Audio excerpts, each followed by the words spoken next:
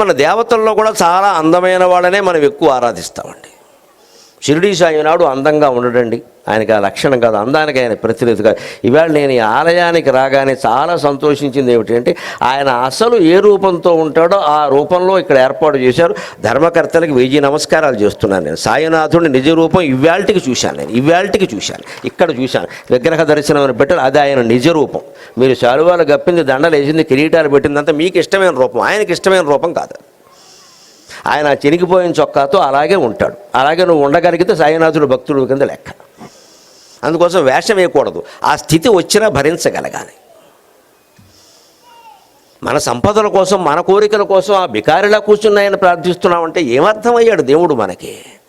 నేను బికారిలా ఉన్నానురా, నేను చినిగిపోయిన చొక్కా దొరికిన, మాకు బోల్డ్ బట్టలు కావాలి, మాకు ఇచ్చే, నువ్వు అలాగే ఉండు, నమస్కారం. నేను పెళ్లి చేసుకోలేదురా, నేను సన్యాసిగా, మా అబ్బాయికి పెళ్ళి అవ్వాలి, ఏమైనా సరే నువ్వు తీర్చాల్సింది. గుడి చుట్టూ తిరిగితే పెళ్ళి అవుతుందిట, ఆయనకి అవ్వాలి, దీనికి ఎలా అవుతుంది? అయ్యేటట్టుంటే ఆయన చేసుకోవడమ్మా. మనకి ఎంతసేపు ఈ పెళ్లి గొడవ, పెళ్ళి అయింది మొదలు వాళ్ళని బతకనిస్తారా? ఇంకా ఏమీ లేదా విశేషం? ఏమిటి ఉండేది విశేషం? తినదరక్క వాళ్ళు ఏడుస్తుంటే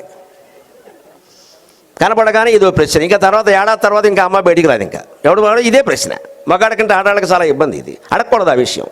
వాళ్ళకి పిల్లలు లేకపోతే నీకెందుకు? ఎవరికి ఏది లేదో అదే ప్రశ్నిస్తామండి. ఈ బుద్ధి మార్చుకోమని.